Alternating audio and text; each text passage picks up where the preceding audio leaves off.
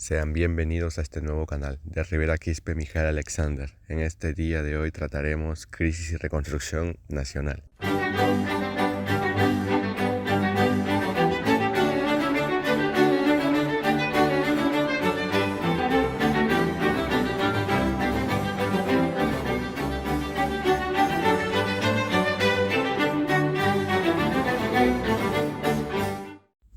Primeramente, ¿por qué a este periodo se le llama crisis y reconstrucción nacional?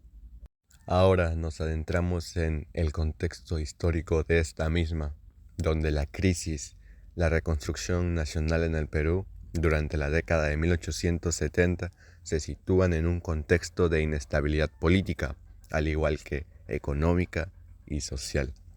Tras la Guerra del Pacífico, entre los años de 1879 y 1884, que tuvo lugar unos años después, el país se enfrentó a una serie de desafíos que comenzaron a gestarse en esta época.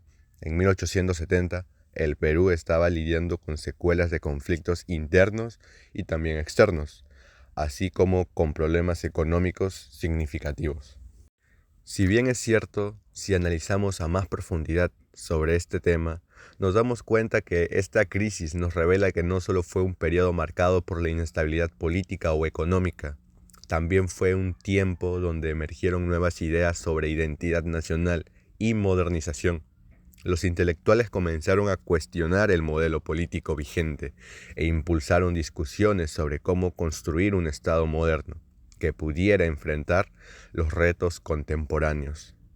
El impacto social también había sido significativo. Las tensiones entre diferentes clases sociales se habían agudizado debido a la desigualdad económica exacerbada por políticas ineficaces. Las élites económicas buscaban mantener su poder, mientras que los sectores populares exigían cambios estructurales. Ahora bien, hablaremos de uno de los 5 puntos que hablaremos el día de hoy. Nos adentramos en el primer civilismo y el gobierno de Manuel Pardo. El primer civilismo en Perú se refiere a un periodo político que se comenzó en 1879, caracterizado por la predominancia de los civilistas, un grupo político que promovía la modernización y el desarrollo del país a través de reformas educativas, pero también económicas. Manuel Pardo, líder civilista, había asumido la presidencia en 1872. Su gobierno había enfrentado desafíos como la guerra con Chile, 1879-1884, y problemas internos. Pardo implementó políticas para fortalecer la educación pública y fomentar el desarrollo industrial, aunque su mandato fue interrumpido por conflictos políticos y sociales que llevaron a su renuncia en 1876. Ahora pasamos a los principales factores que propiciaron el surgimiento del primer civilismo. Número 1. Descontento con los gobiernos militares.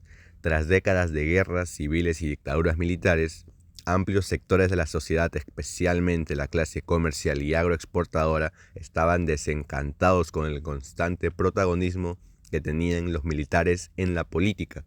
Los militares, además de ser considerados responsables de la inestabilidad, no lograban implementar reformas efectivas que promovieran el desarrollo económico del país. Número 2. Consolidación de una clase comercial y terrateniente. Durante el siglo XIX, el Perú experimentó una transformación económica importante gracias a la explotación del guano, que permitió la creación de una élite económica compuesta por comerciantes y terratenientes. Esta nueva clase, que se consideraba marginada del poder, comenzó a reclamar una mayor participación en la toma de decisiones políticas. Vieron en el civilismo una forma de estructurar un sistema de gobierno que respondiera a sus intereses económicos y sociales. Ahora pasaremos a desafíos y contradicciones del primer civilismo. El gobierno de Manuel Pardo había enfrentado una serie de desafíos que evidenciaron las contradicciones inherentes a su proyecto político. Número 1. La economía dependiente del guano. El modelo económico basado en la exportación de guano, que había sostenido las finanzas del Estado, comenzó a mostrar signos de agotamiento. La mala administración de las riquezas guaneras y la corrupción en su manejo debilitaron el proyecto civilista, que dependía de estos ingresos para financiar sus iniciativas de modernización. Número 2. La oposición militar y caudillismo. Aunque el civilismo buscaba disminuir el protagonismo militar, los caudillos regionales y los sectores del ejército que aún ostentaban poder político resistieron al gobierno de Pardo. Hubo intentos de golpe de Estado y el enfrentamiento con los sectores militares fue constante, lo que reveló la fragilidad de un gobierno civil en un país aún dominado por la cultura del caudillismo. Principales valores del Partido Civil y su proyecto político. El Partido Civil defendía una serie de valores que delinearon su propuesta política. Número 1. Gobierno civil y democrático.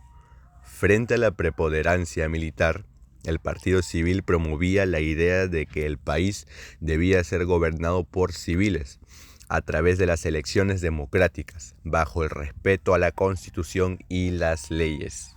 Número 2. Modernización del Estado.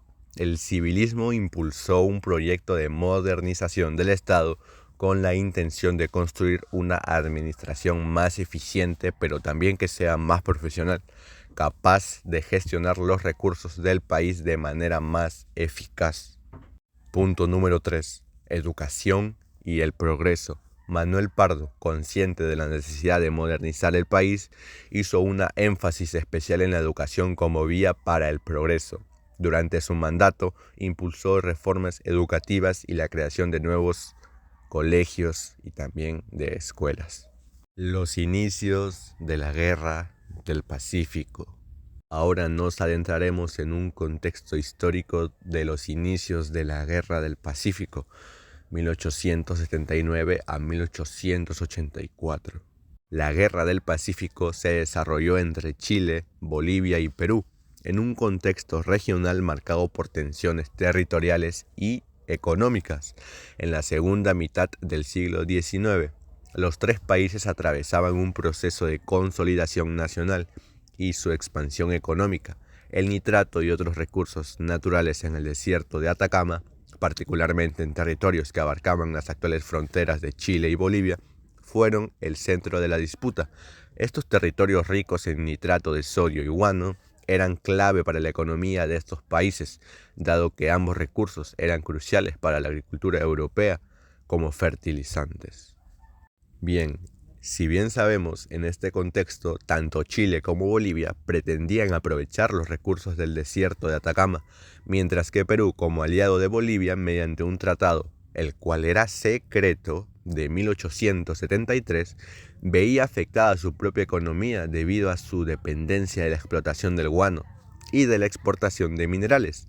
La guerra estalló en 1879 y terminó en 1884 con la victoria de Chile, la pérdida de territorios bolivianos y peruanos y la alteración significativa del mapa geopolítico de la región. Pasamos a las causas y los antecedentes de la Guerra del Pacífico. Número 1. Disputas territoriales y económicas. El desierto de Atacama en la frontera entre Bolivia y Chile era un territorio codiciado debido a sus riquezas minerales, especialmente el salitre y el guano. La falta de una delimitación precisa de fronteras generó conflictos sobre la jurisdicción de estas zonas, lo que agudizó las tensiones entre ambos países. Bolivia, que en ese entonces poseía un acceso al Océano Pacífico, mantenía control sobre la franja litoral que abarcaba desde el paralelo 23 al 25, lo que Chile consideraba una zona compartida de explotación económica. Punto número 2. El impuesto de los 10 centavos. En 1878, el gobierno boliviano, bajo el mando del presidente Hilarión Daza, impuso un impuesto de 10 centavos por quintal de salitre a la Compañía de Salitres y Ferrocarril de Antofagasta, que estaba bajo control chileno a pesar de un acuerdo previo que garantizaba a los chilenos no aumentar los impuestos por 25 años. Chile consideró esta medida una violación de los acuerdos establecidos en el Tratado de 1874, que delimitaba las fronteras y establecía la no imposición de nuevos gravemente a empresas chilenas en el territorio boliviano. Eventos clave que marcaron el inicio de la guerra. Número 1. La ocupación de Antofagasta, 14 de febrero de 1879. El primer hecho militar decisivo que marcó el inicio de la guerra fue la ocupación por parte de Chile del aeropuerto de Antofagasta, controlado por Bolivia pero pobladamente, mayoritariamente, por chilenos. Esto fue una respuesta directa a la imposición del impuesto de los 10 centavos y a la posterior incautación de bienes de la Compañía de Salitres y Ferrocarril de Antofagasta. La ocupación chilena provocó una declaración de guerra de Bolivia el 1 de marzo de 1879. Número 2. Intervención de Perú y declaración de guerra de Chile.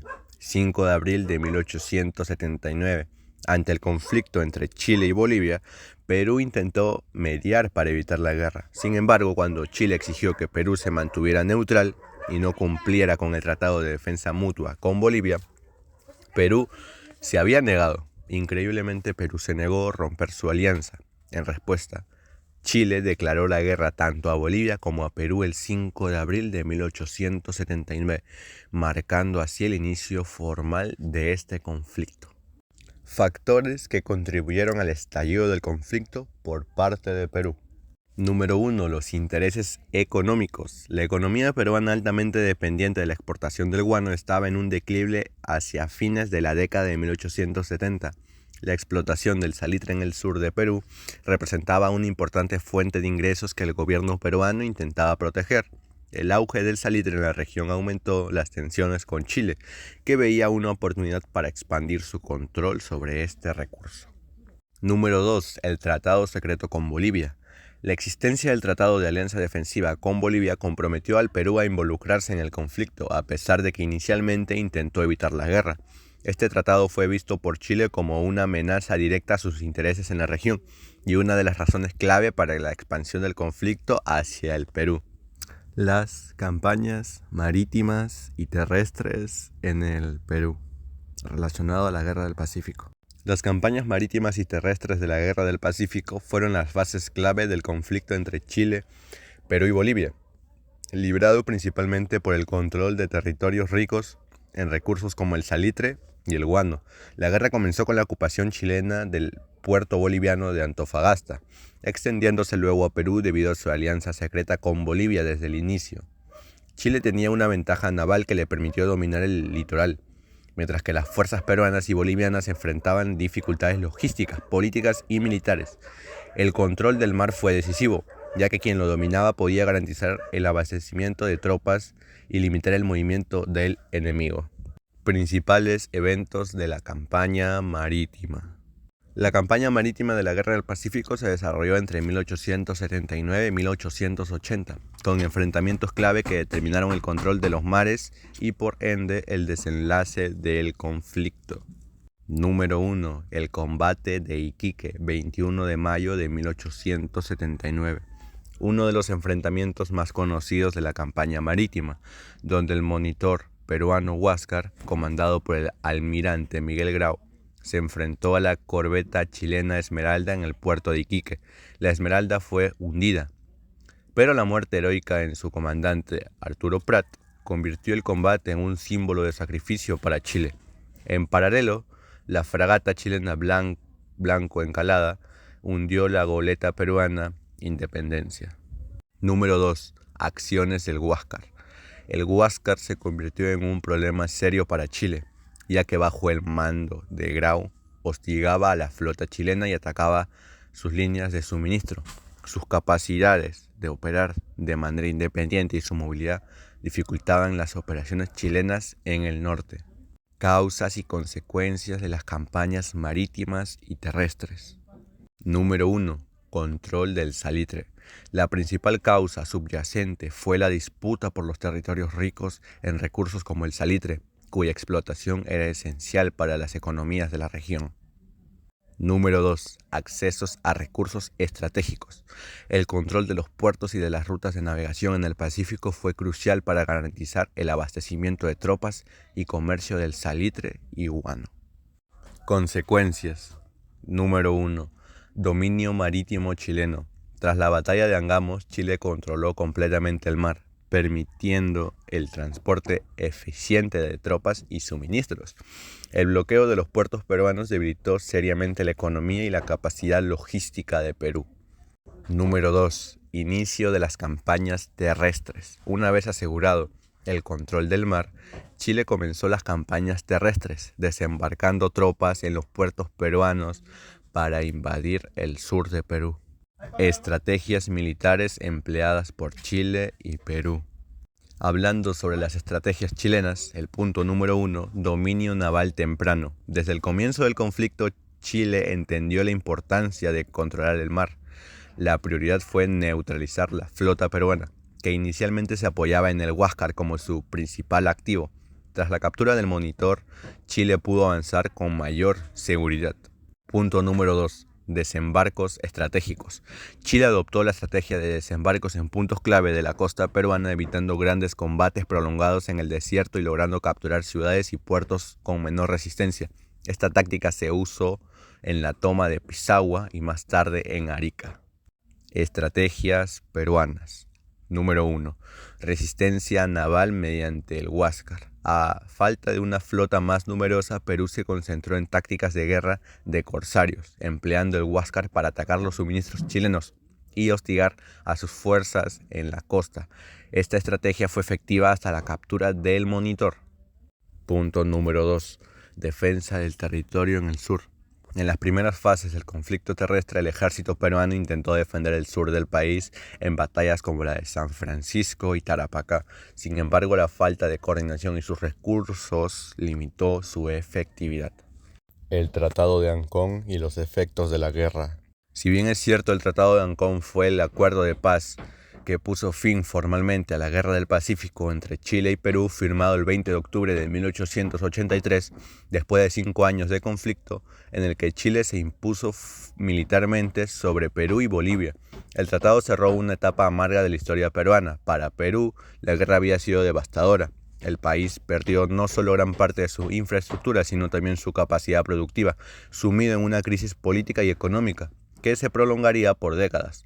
La derrota obligó a Perú a firmar este tratado bajo condiciones desfavorables mientras se enfrentaba a una ocupación militar chilena en su territorio, incluida la capital, Lima. Cláusulas del Tratado de Ancón. El Tratado de Ancón contenía varias disposiciones que afectaron profundamente a Perú, especialmente en lo referente a la pérdida de territorio y las compensaciones económicas. Las principales cláusulas del tratado fueron: número 1. La cesión de Tarapacá. Perú cedió de manera permanente la provincia de Tarapacá a Chile. Este territorio era rico en recursos, particularmente salitre, un bien de gran valor económico en esa época. Esta pérdida fue un duro golpe para la economía peruana, ya que el salitre era uno de los principales productores de exportación y fuente de ingresos. Número 2. Ocupación de Tacna y Arica. Las provincias de Tacna y Arica, también ricas en salitre y otros minerales, quedaron bajo administración chilena por un plazo de 10 años. Tras este periodo se debía realizar un plebiscito para decidir la soberanía de estos territorios, pero el plebiscito no se llevó a tiempo o a cabo durante mucho tiempo, manteniendo la situación de tensión diplomática entre ambos países por varias décadas. Consecuencias del Tratado de Ancón. En este caso, la perspectiva de Chile es: para Chile, el tratado representó una victoria y la consolidación de su posición como potencia regional. La anexión de territorios ricos en recursos naturales, como Tarapacá, y el control temporal de Tacna y Arica, fortalecieron la economía chilena. El salitre y otros minerales explotados en las zonas anexadas proporcionaron un enorme ingreso que impulsó la industrialización y el desarrollo del país en los años siguientes.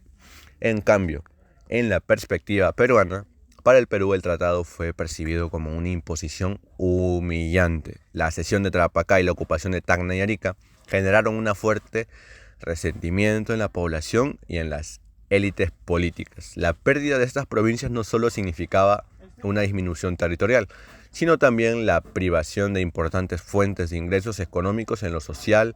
La guerra y sus consecuencias dejaron una herida profunda en la autoestima nacional, debilitando la cohesión interna del país. Efectos a largo plazo del Tratado de Ancón. Efectos económicos. La pérdida de Tarapacá, una de las provincias más ricas en recursos naturales, fue devastadora para Perú. Antes de la guerra, los ingresos provenientes de la explotación de salitre y guano eran fundamentales para la economía peruana.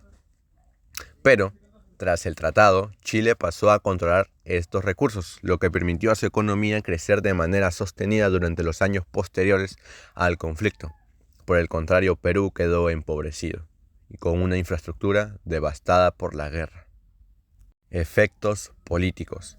Internamente el tratado exacerbó las divisiones políticas en Perú.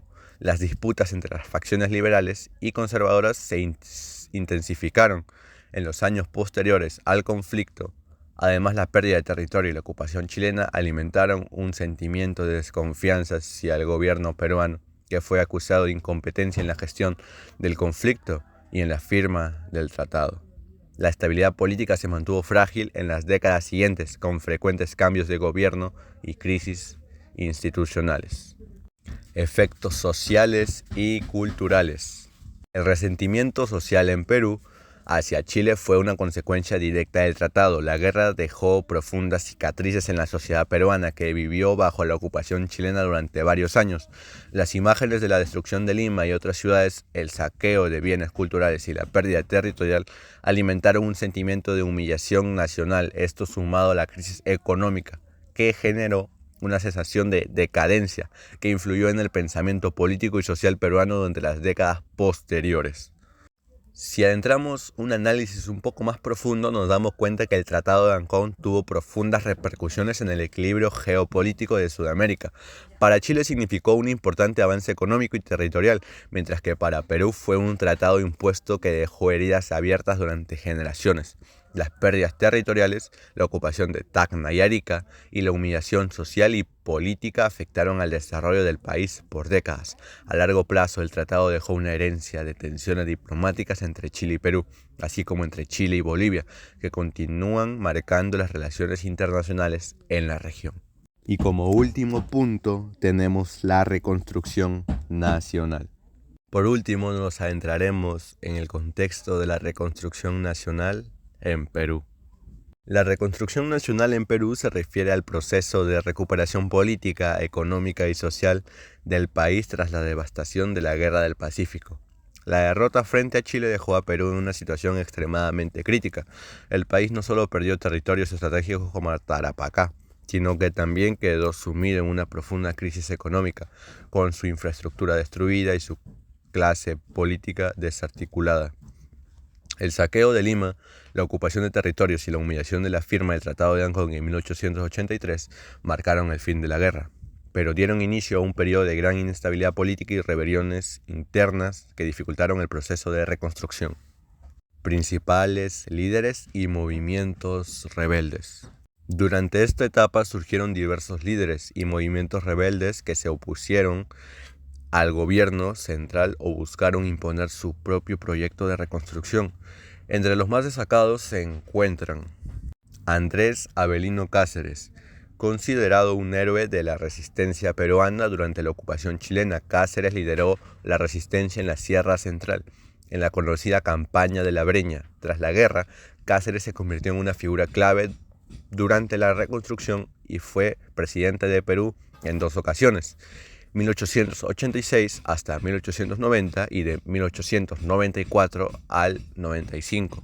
Su gobierno buscó restaurar la estabilidad y poner en marcha reformas económicas para afrontar la crisis. Número 2. Nicolás de Piérola. Exiliado durante la guerra, Piérola regresó a la escena política con la intención de liderar la reconstrucción del país. Encabezó una serie de rebeliones contra el gobierno de Cáceres y finalmente llegó al poder en 1895 tras una guerra civil. Piérola implementó varias reformas importantes en materia económica y militar, y su gobierno marcó el inicio de un proceso de modernización del Estado peruano. Número 3. Miguel Iglesias, firmante del Tratado de Ancón y presidente provincial del Perú tras la guerra. Iglesias fue visto por algunos sectores como un traidor por haber pactado con Chile. Su gobierno fue efímero y marcado por la fuerte oposición de Cáceres, quien lo derrocó en 1885.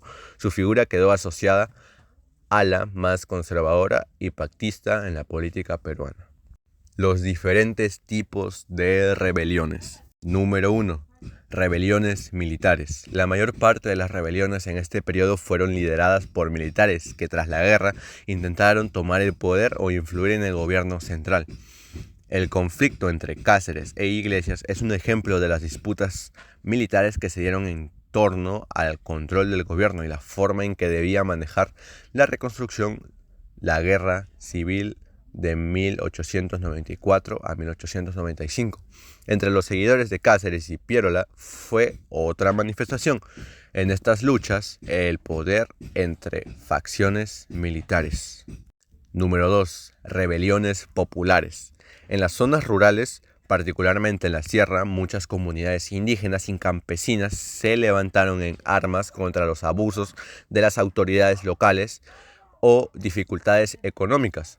Estas rebeliones, aunque más localizadas, reflejaban el profundo malestar social en el país. La resistencia liderada por Cáceres en la sierra durante la guerra inspiró algunos casos a estos movimientos, pero también hubo conflictos entre los caudillos locales y el gobierno central. Causas de las rebeliones. Punto número 1. La crisis económica. La devastación económica dejada por la guerra, agravada por la pérdida de territorios ricos en recursos naturales como el salitre y el guano, dejó al país sin capacidad para recuperarse rápidamente. La falta de empleo, la pobreza generalizada y la incapacidad del gobierno para hacer frente a las deudas internacionales generaron un descontento masivo que desembocó en múltiples levantamientos. Punto número 2. Desconfianza hacia el gobierno central. La firma del Tratado de Ancón por parte de Miguel Iglesias generó una sensación de traición en gran parte de la población. Muchos peruanos consideraban que el gobierno había cedido demasiado ante Chile y que no había defendido los intereses nacionales con firmeza. Esto fue aprovechado por caudillos como Cáceres para movilizar a la población en su favor. Consecuencias de las rebeliones. Punto número 1. Inestabilidad política. Las rebeliones y las luchas internas prolongaron la inestabilidad en Perú, haciendo que la reconstrucción del país fuera un proceso extremadamente lento. Los cambios constantes de gobierno y las guerras civiles impidieron la implementación de políticas efectivas para enfrentar la crisis. Punto número 2. Pérdida de recursos. Cada rebelión y conflicto interno representaba una pérdida adicional de recursos que el país no podía permitirse. Las infraestructuras ya dañadas por la guerra no pudieron ser reparadas adecuadamente debido a la falta de estabilidad política. Finalmente, cierre de la etapa de crisis y de la reconstrucción nacional. El proceso de la reconstrucción de Perú después de la Guerra del Pacífico fue largo, fue complejo, marcado por una serie de rebeliones y conflictos internos que reflejaban la profundidad de la crisis en la que el país estaba sumido. La incapacidad de los líderes para unificar al país y establecer un proyecto común prolongó el sufrimiento de la población y retrasó la recuperación económica. Sin embargo, hacia fines del siglo XIX, bajo el liderazgo de Nicolás de Piérola, el país comenzó a estabilizarse. El gobierno de Piérola logró consolidar una serie de reformas administrativas y económicas que permitieron una mayor centralización del poder y el inicio de la modernización del país. Este periodo fue doloroso, fue fundamental para la construcción de una nueva identidad nacional basada en la resiliencia y la necesidad de reconstruir no solo las instituciones políticas y económicas, sino también el orgullo y la autoestima de un país devastado.